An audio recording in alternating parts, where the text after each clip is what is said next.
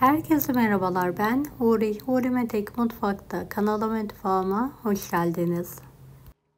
Her yıl kilolarca çiğden doğrayarak buzluğa atıyorum. Çok pratik ve lezzetli oluyor. Bahçeden kızartmalık ve melemenlik biberlerimi topladım. Evet, biberlerimi bol su yardımıyla temiz olana kadar yıkıyorum.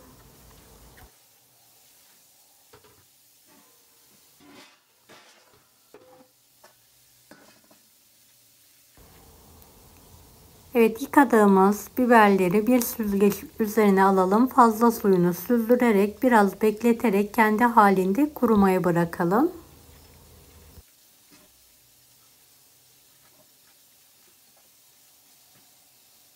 Beni hangi ülkeden veya şehirden izliyorsunuz merak ediyorum. Yoruma yazarsanız sevinirim.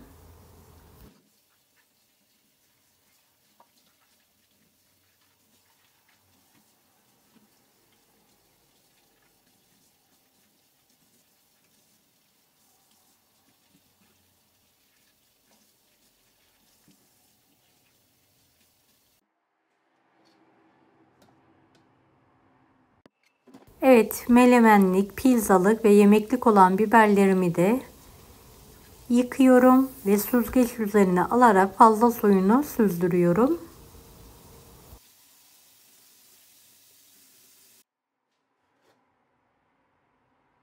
Biberlerimin hepsi hazır. Kızartmalık biberlerimin sap kısımlarını keserek temizliyorum. Daha sonra kızartmalık olacak şekilde doğruyorum. Dilediğiniz büyüklükte kesebilirsiniz.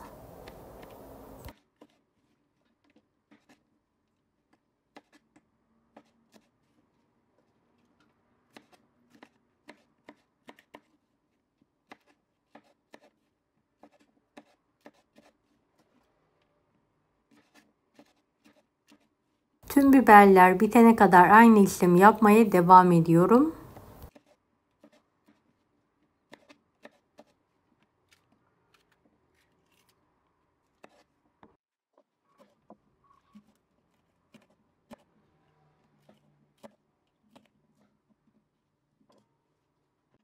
Evet, doğradığım biberleri tepsinin içine alıyorum.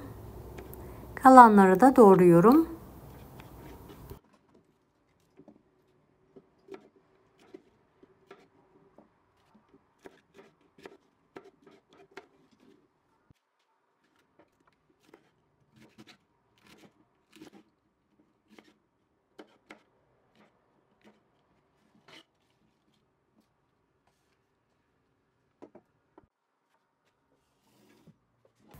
Evet, kızartmalıklarım hazır. Kıl biberlerini de sap kısımlarını keserek temizliyorum.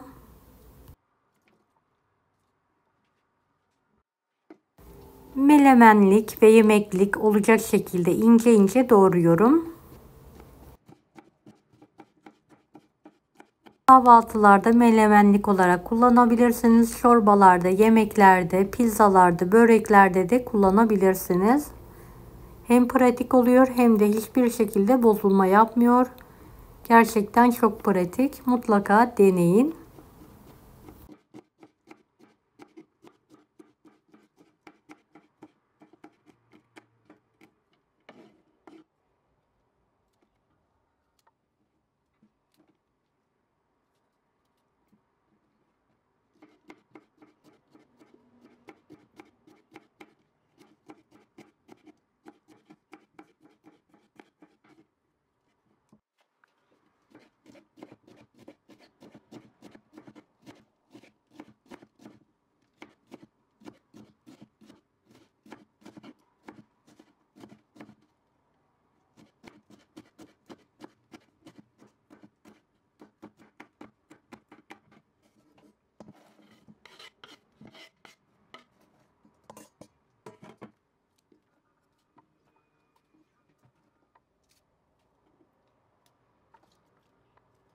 Evet, biberlerimin hepsini hızlı bir şekilde doğramaya devam ediyorum.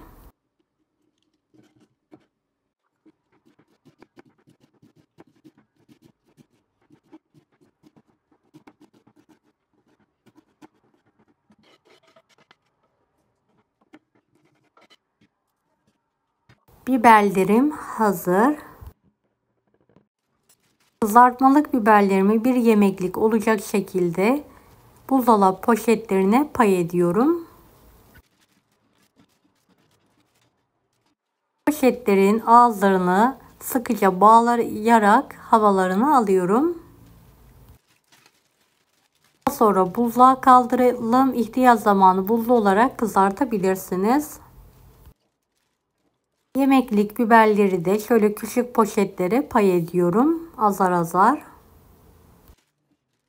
Bahçede buldukça biberlerimi doğrayarak çiğ olarak saklıyorum. Hiçbir bozulma yapmıyor. Çok lezzetli oluyor. Evet, poşetlerin havalarını alarak buzluğa atalım. İhtiyaç zamanı kullanıma hemen hazır. Deneyecek olan herkese şimdiden kolaylıklar dilerim.